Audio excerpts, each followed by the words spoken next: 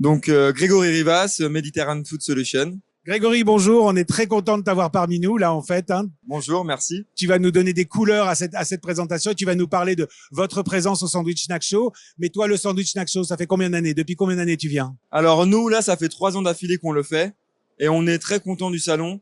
C'est un salon à taille humaine, donc c'est ça qu'on aime bien. On peut voir nos clients, tout type de clients, puisque nous, on est sur plusieurs marchés, Ouais. que ce soit la partie RHF, la partie retail. Donc voilà, on a des indépendants, des chaînés. Donc voilà, on est très content de ce salon. Et cette cuvée, la cuvée 2024, qu'est-ce que tu en penses? Tu la trouves bonne? Alors, on a eu beaucoup de monde. Après, on verra par la suite, voir s'il y a du résultat. Mais c'est vrai qu'hier, c'était très très bien. On a eu beaucoup de monde, des gens très intéressés par nos produits. On a vu des clients fidèles aussi qui sont venus. On a pu renégocier avec eux des choses. Donc vraiment, c'est très très bien. Alors, c'est ça, là que tu vas nous parler de Mediterranean Food Solution. Vous, l'avantage, c'est que vous n'êtes pas pizza. Vous faites visiter toute l'Italie. Donc, raconte-nous un peu le concept de l'entreprise et tout ce que vous proposez. Alors, nous, l'idée de base, c'était vraiment de rapporter les bons produits italiens sur le marché français. Donc, il y a une dizaine d'années, Massimiliano et Benoît, ils ont créé la société pour ça. Donc, aujourd'hui, on travaille tous les produits italiens, de l'entrée au dessert, du produit brut au produit fini et sur les 3 températures. Donc, on est vraiment un expert du produit italien. Tout est créé là-bas, tout est importé de là-bas. On crée nos propres recettes, on développe nos propres produits. L'idée, c'est vraiment de les adapter au marché français, mais tout en gardant la culture italienne et l'authenticité du produit italien. Alors, la culture et l'authenticité, c'est une super transition. Merci beaucoup. C'est vrai que c'est ce qui caractérise le produit italien et ce que veut le français aujourd'hui, c'est des vrais produits italiens. Maintenant, c'est quoi les nouveaux produits au-delà de la pizza qui font vibrer le consommateur français et comment on arrive à faire vibrer?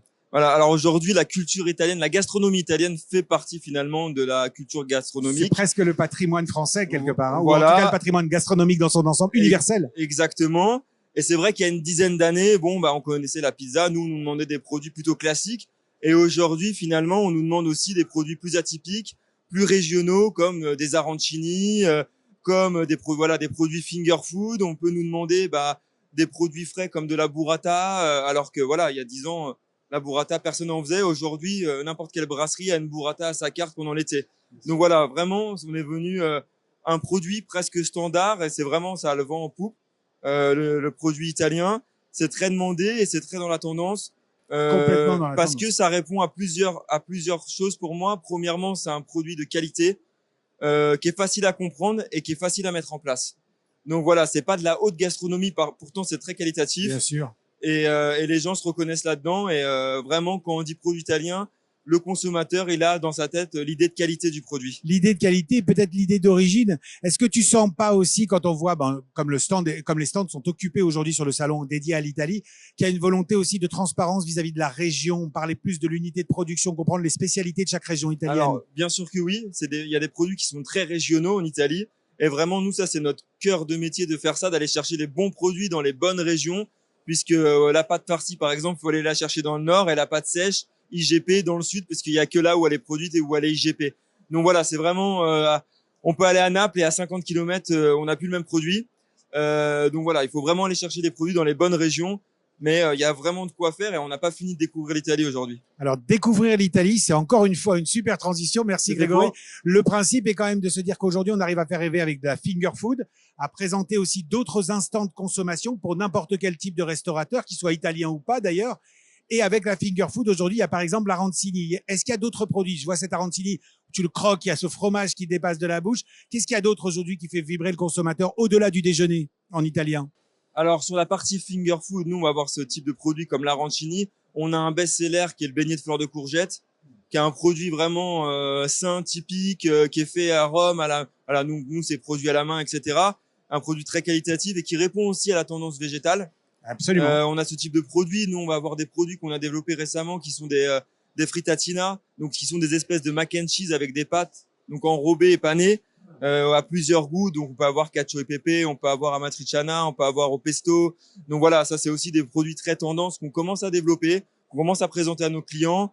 Mais voilà, après ça peut aussi aller de la bille de mozza à la truffe, parce que la truffe, voilà, c'est en pleine expansion aussi. C'est dingue, hein. Voilà, donc on peut avoir ce type de produit sur la finger food. Et puis après, on a des produits plus classiques sur les antipastis, sur les produits frais. Mais vraiment, ouais, il y a des vraies tendances autour de tout ça. Qui boostent d'autres instants que le déjeuner. Exactement, qui peuvent booster d'autres. En fait, qu'on peut utiliser à plusieurs instants de consommation. Oui. On peut l'utiliser en snacking, on peut l'utiliser en entrée, on peut l'utiliser en accompagnement de plats parfois, typiquement comme le beignet de fleurs de courgettes sur une salade. Donc en fait, ça répond vraiment à différents moments de la journée. Donc notre client qui est restaurateur, il peut l'utiliser lui aussi différemment et répondre à toutes les demandes du consommateur final. Ce client-là, aujourd'hui, il est plus uniquement italien.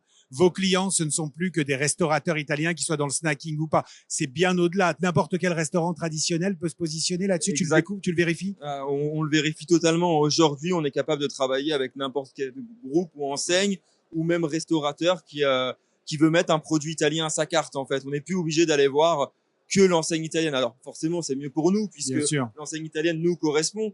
Mais on est capable de travailler avec de la brasserie. On est capable de travailler avec voilà, des enseignes du Nord qui vont faire habituellement de la choucroute ou des choses comme ça. On peut, voilà. Donc vraiment, le produit italien, il rentre partout aujourd'hui et c'est devenu un indispensable sur une carte. Écoute, c'est formidable. Moi, ça me donne évidemment, bien logiquement, envie de manger, même s'il est quand même 14h50. J'ai bien envie d'aller croquer ces frittata, tu me dis là? Fritatina. Fritatina, là, c'est même encore le niveau du dessous. Mais on n'a pas parlé de sucré parce que c'est quand même l'heure du sucré aussi. Comment est-ce qu'on se positionne aujourd'hui en proposant des produits italiens sucrés? Comment est-ce qu'on arrive à attirer le consommateur? Alors, pareil, l'Italie a beaucoup de ressources au niveau du dessert. Alors, c'est pas les spécialistes du dessert comme nous, Français. En dehors de la glace, ils sont pas mauvais sur la glace. Alors, la glace, ils sont excellents. Ouais. Ils ont vraiment des produits d'exception. Nous, Français, on est très exigeants sur les desserts parce qu'on a une culture aussi de la pâtisserie, vraiment. Par contre, ils ont des typicités régionales, encore une fois, au niveau des régions, où on peut aller dénicher quelques petits produits qui sont sympas. Donc pour se différencier par exemple sur une carte aussi italienne ou pas d'ailleurs. Donc voilà, on peut faire ça. Après nous on clean au maximum les produits parce que surtout les desserts on a tendance à mettre des additifs etc. Donc on préfère garder une carte courte de dessert, proposer quelque chose de plus court à nos partenaires, mais qualitatif et toujours aller chercher des produits un peu novateurs. Oui, j'ai vu sur votre stand cette espèce de petit pain fourré à la pistache magnifique, là, voilà. qui est une belle illustration, donc des belles couleurs et quelque chose de très naturel. Voilà, le maritozzo, c'est un produit typique de Rome. Donc ça, c'est des petits pains 100% pur beurre, voilà, qui sont fabriqués à la main à Rome. Et donc là, on peut les trancher en deux et généralement en Rome, on les garnit donc soit de sucré, crème à la pistache, mascarpone, ricotta, voilà, on peut faire plein de recettes, ou même du salé avec de la charcuterie, ce type de choses. Donc voilà, ça c'est des desserts typiques. Magnifique, belle perspective. Donc on a entendu parler, et on entend encore parler de Mediterranean Food Solution, mais derrière il y a aussi des marques que vous proposez. Exactement. Qui sont lesquelles en fait? Alors nous on travaille aussi pour la partie GMS. On a une marque qui s'appelle Manifattura. D'accord. Qu'on a créée il y a quelques années, il y a 3 ans je crois ou 2 ans maintenant. Magnifique. Et voilà, on commence à nous trouver un peu partout. On a été référencé voilà dans des grandes enseignes de distribution. Super. Donc et là, plus sur la partie surgelée, notamment sur la partie pizza. Où là aussi, il y a quand même un énorme potentiel. On n'en a pas parlé, mais la pizza, elle est quand même bien en place. Hein. Exactement, mais on arrive aussi à avoir une pizza maintenant qualitative. On arrive à différencier par rapport à ça, puisque on a un produit qui est fait à la main, qui est poussé 16 heures, avec une pâte au levain.